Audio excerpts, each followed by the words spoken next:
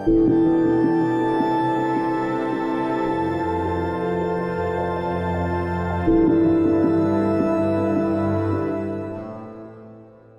there, Genso here. This is my Devil May Cry 5 Dante Must Die difficulty S-Rank walkthrough. This is Mission 3, it is entitled Flying Hunter, and we get to watch me at the beginning here have a little bit of an interesting time trying to land a max act,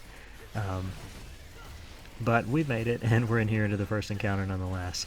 So we're introduced to these pyrobats, which are a pretty standard flying enemy, nothing too crazy in their moveset. Nothing too dangerous, other than one move that I will note, which is like a shotgun blast of flame that they can produce.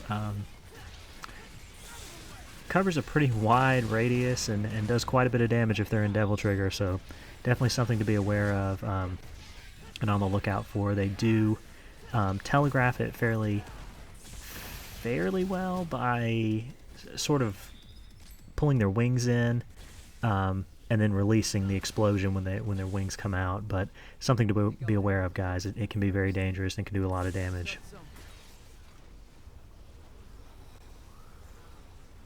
But this is a pretty big encounter here coming up. There's going to be several Hellcana enemies, and an Antinora is going to show up here, and there's going to be a couple of Pyrobats. This is really going to be a good opportunity for you to focus on camera manipulation. So what is camera manipulation if you're not a pro Devil May Cry player or someone who's very experienced with the series? Since Devil May Cry 3, this series has introduced a concept which not a lot of games do, but that is that the enemies will pacify when they are off camera, meaning that you can control the behavior of the enemies to a certain extent. It doesn't really work on boss enemies, and there are some exceptions of certain enemies who can do certain attacks off while they're off screen, namely the Fury, I believe the Blitz in Devil May Cry 4, and there may be some others, guys, but I'm drawing a blank on what they are. But there are enemies who can break this rule, but for the most part, if you have the camera away from the enemies, you are safe. They will not attack you. So we're going to use that to our advantage here. One of the enemies that can be fairly dangerous is anything that can fly. So enemies that can fly can sort of kind of move onto camera from into the background, and you'll be focused on another enemy and all of a sudden take a hit from one of these little Pyrobats, or I've even seen a green Impusa attack me from off screen before, and I honestly can't say anything more frustrating than taking a hit from a green Impusa while you're actually fighting a dangerous enemy. But something to be aware of, guys. If something flies onto camera from off screen, just tilt the camera away from them and continue your combo on the enemy that's actually threatening you.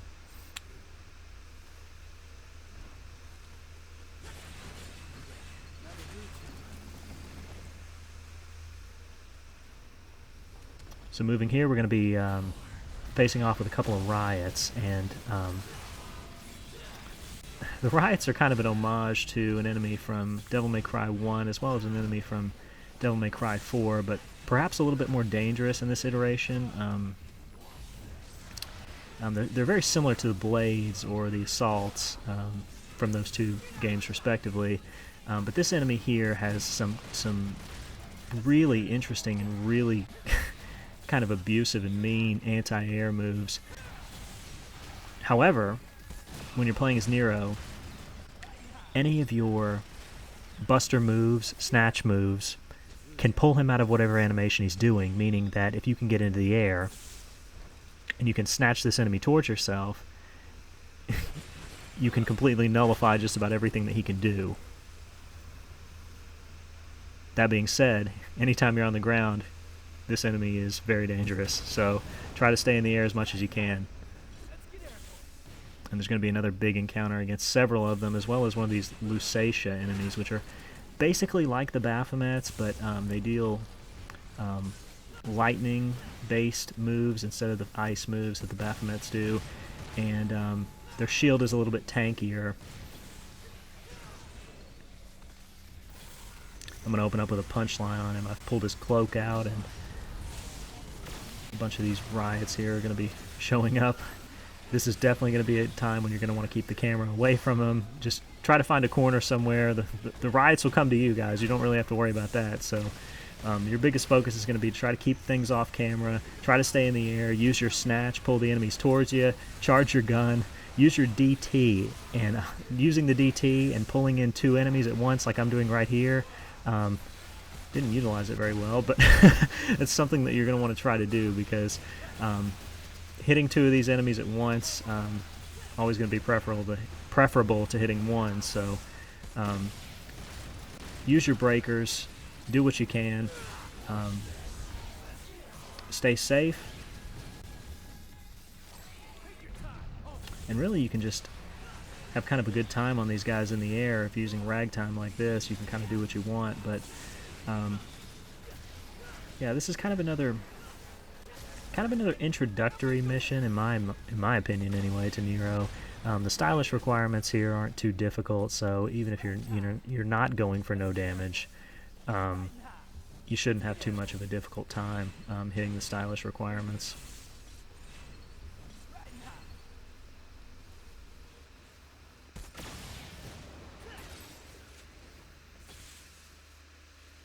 But coming up on this next encounter, there's going to be 3 death scissors, and if you've watched my previous video, you'll note where I showed you a pretty interesting way to get rid of this enemy. I'm going to show it off again right here. It's basically just, if you can get past the scissors, you can perform a buster, and the buster kills this enemy instantly. So activating the DT will do that. You can do a couple of air taunts, and then you can finish him off with a grab like this. So that's 3 dead death scissors, and we're on to the boss. And the boss of this mission is an homage to a weapon from Devil May Cry 3, namely Artemis. Without strength, can't protect anything. You know that. And this boss can either be really easy, or it can be a complete nightmare depending on how you play. And I've opted to utilize Punchline,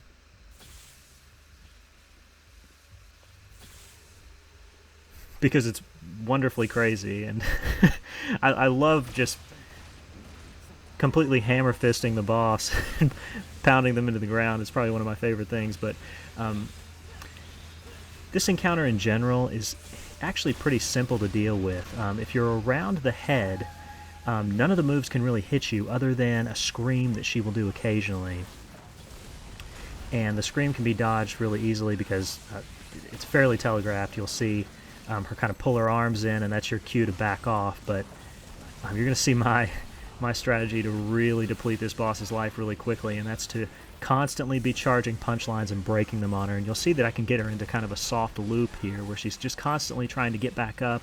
She can't really do anything, and we're just able to constantly land hits on her. And there it was, guys. That was the scream I was talking about. So you're just going to want to kind of move away, and then you can do a snatch to get back in there. But I'm really not trying to do anything too fancy. I'm really just trying to kind of repeat the combos, just combo A with Red Queen, and she summoned these little crazy floating purple starfish things, and I'm having an interesting time trying to get the lock-on to work, but I'm able to finally take them out with a couple of color-up shots. You don't even need a full charge, just the standard color-ups will take them down, but she's charging her ultimate right now, and this is really just honestly a good chance to get as many hits in as you can. You're going to want a devil trigger right here. If you have a buster arm like I have, break the buster arm on her while you're in DT, and you're going to do the maximum amount of damage to her here. I like to just kind of mash on the rev button here. I don't know how much that helps, but to me, I feel like it's probably doing something, so I recommend you do it too. So she's in second phase now. She's a little pissed off, and she's in her devil triggered form. She's going to summon another couple of these guys here, and you really don't want to move in while those things are active, guys. You really want to try to take them out because they can float around and hit you, and they can also shoot some projectiles at you that can attack you while you're around the boss. So anytime she summons those 2 little things, just take them out, then you can go back in and get some hits. She's charging this big laser right here that's really easy to dodge just by moving towards her. I'm going to smash her with another punchline, and we're going to get her back in this soft loop of kind of standing up and taking another punchline in the gut, going back to the ground, and repeating ad nauseum. When you have her on the ground like this, it's really good to try to use your devil trigger if you have it, just to get the maximum amount of damage you can. And this move that she's doing right here, it actually hit me a few times when I was doing a couple of attempts on this mission, but she can do that while you're in this position I'm in right now, and they kind of just hit you immediately, and there's really no chance to dodge them, so that's something to be aware of. I don't know if maybe there's a tell to it, but I didn't see anything for it, so just be aware that that can happen, guys, and if you're going for no damage, that could potentially be something that's a threat to you. But if you're in the position I'm in right here, for the most part, you're completely safe other than the scream that she's doing. And you'll see here she's back in the loop.